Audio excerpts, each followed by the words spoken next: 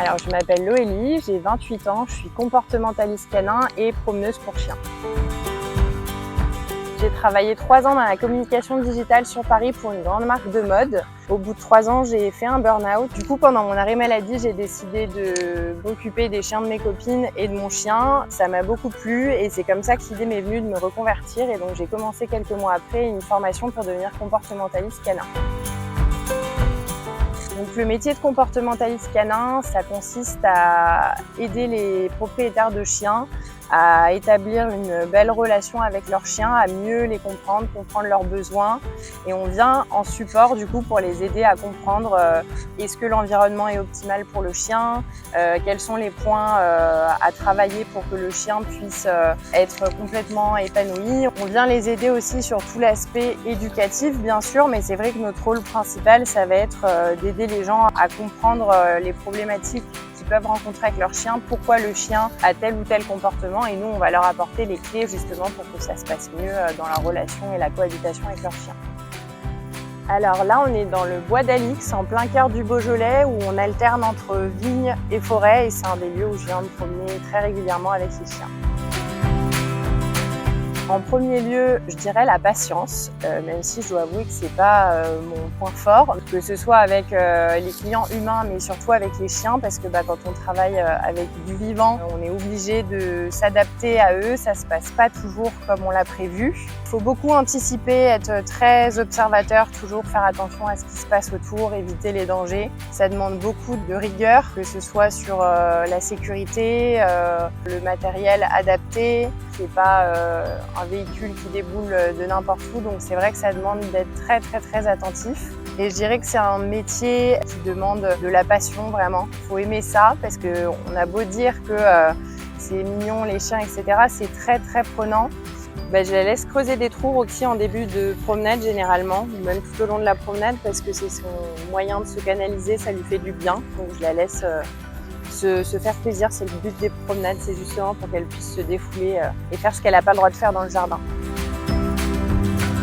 Être ici, c'est un énorme avantage quand on fait cette activité parce qu'on a énormément de lieux de promenade hyper adaptés pour les chiens. On peut leur offrir vraiment des vraies promenades de qualité où ils sont détachés, où ils profitent, où il y a des odeurs, où on n'a pas de voiture, où on ne croise pas non plus trop de chiens. Donc même quand on a des chiens qui ont des problématiques un peu comme la réactivité ou ce genre de choses, on n'est pas là la peur au ventre, on peut aller se promener dans des lieux vraiment super calmes. Et que ce soit pour de la balade collective ou pour de l'éducation, c'est assez pratique, donc c'est hyper cool. Alors c'est vrai que c'est un métier qui a rencontré pas mal de critiques ces derniers temps, notamment justement en région parisienne.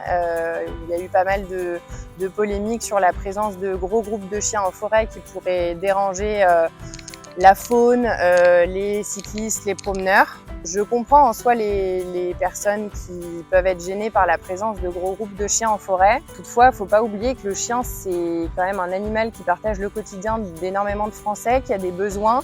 Et donc interdire les promeneurs, je trouve que c'est vraiment dommage parce que ça va être au détriment du bien-être de beaucoup de chiens en ville. Il y a peut-être des promeneurs qui ont été un peu dans l'excès avec des trop gros groupes de chiens qui n'avaient pas assez le contrôle sur leur groupe de chiens et que ça a pu causer du tort à des personnes qui se promenaient et qu'on en est là aujourd'hui à cause de ça. Donc en effet, je pense qu'il y a un cadre à mettre, mais c'est une profession qui est super importante et il ne faut pas en arriver à l'extrême d'interdire les promeneurs de chiens en forêt. On est censé normalement, je pense, pouvoir tous cohabiter dans un même lieu. Ok ? Coucou ! Je fais des photos de groupe à chaque promenade, comme ça je peux les poster sur Instagram et puis quand mes clients n'ont pas Instagram, je leur envoie directement la photo. Alors moi, je me suis limitée à 4 ou 5 chiens par groupe. Déjà, j'essaye de constituer mes groupes par rapport à l'entente des chiens et aux problématiques de chacun.